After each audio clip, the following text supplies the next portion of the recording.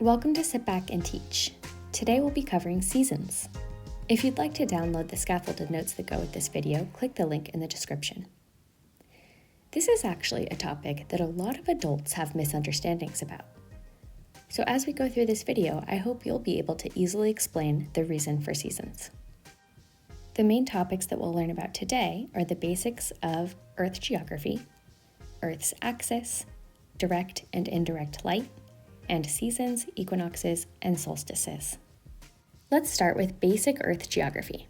Don't worry, you won't have to memorize countries and capitals, just some super basic vocab for describing places on Earth. Our first vocab word we need to know to understand seasons is axis. This is the imaginary straight line from the North to South Pole that the Earth rotates around. As the Earth spins or rotates on its axis, sometimes certain parts of Earth are facing the sun and other parts are facing away from the sun. The Earth spinning on its axis is what causes day and night. The next part of Earth's geography we need to know is the equator.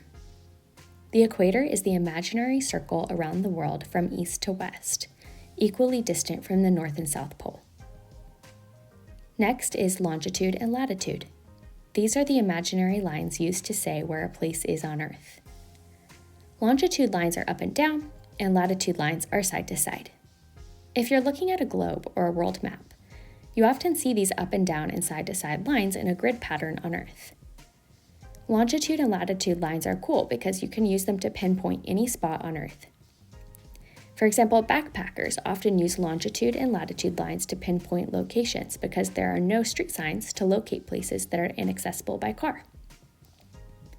Latitude and longitude are important when learning about seasons because your longitude can affect how extremely a certain area on Earth experiences seasons.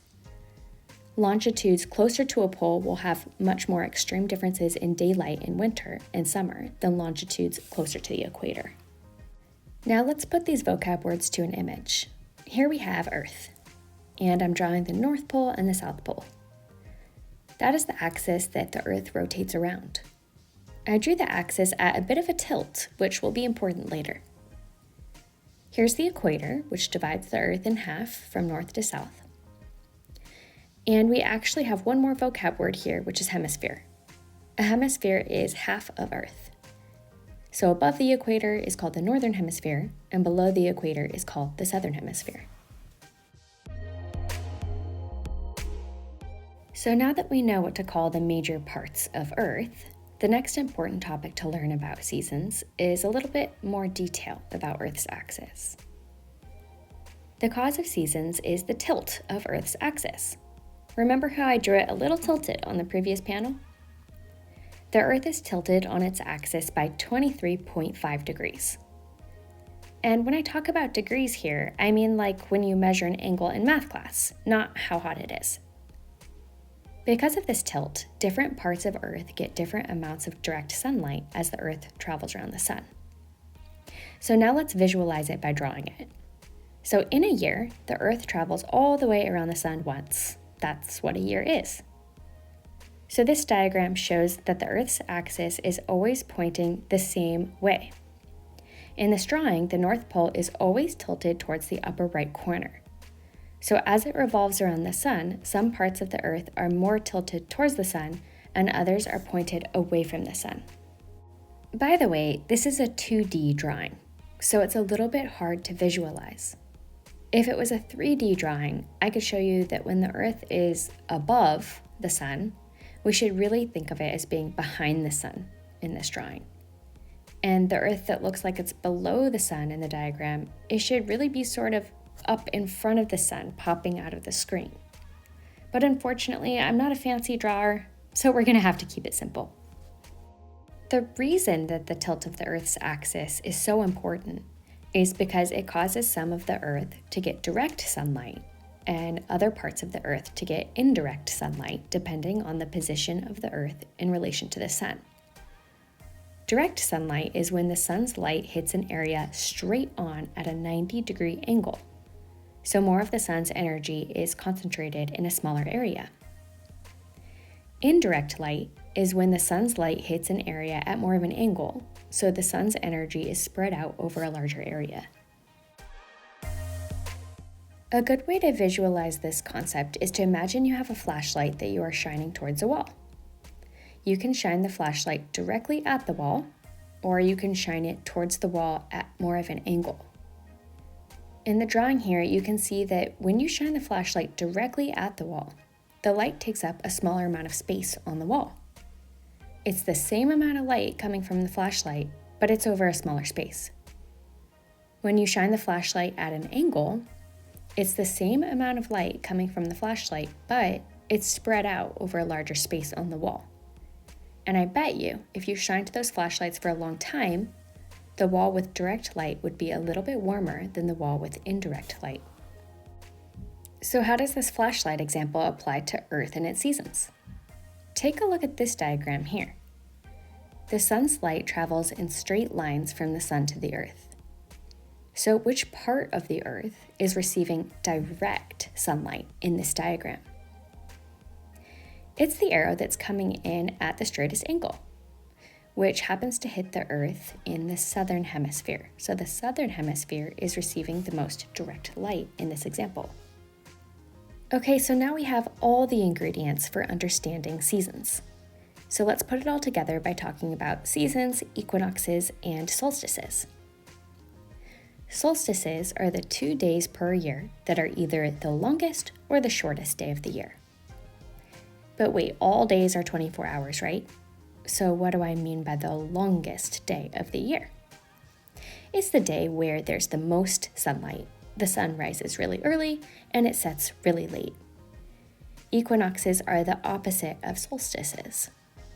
An equinox is one of the 2 days per year that have an equal length night and day. For example, on an equinox, if the sun rises at 6 a.m., the sun will set at 6 p.m.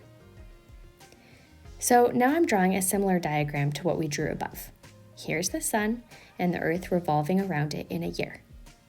Each of the positions of the Earth in relation to the sun here represent the start of a season. So let's start with summer because it's my favorite.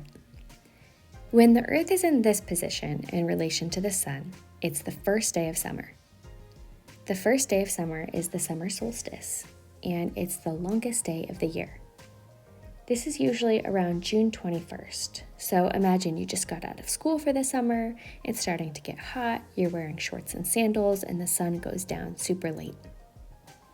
On the summer solstice, the Earth receives direct sunlight on the northern hemisphere since it's sort of tilted towards the sun, which is why it's hot in the northern hemisphere and cold in the southern hemisphere. Did you know that the seasons are the opposite in the northern and southern hemisphere? If you go to Australia on the summer solstice, it's the first day of winter there. And after summer is fall.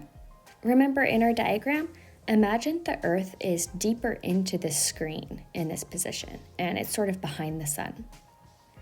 This is the autumnal equinox, and both hemispheres have an equal amount of day and night on this day. This usually falls around September 21st. From here on out, the days will get shorter until it's winter. When the Earth is in this position, neither the North or the South Pole is pointed towards the sun, so sunlight is equally distributed on the northern and southern hemisphere. Next is winter. The first day of winter is the winter solstice, which is the shortest day of the year. And this usually falls around December 21st.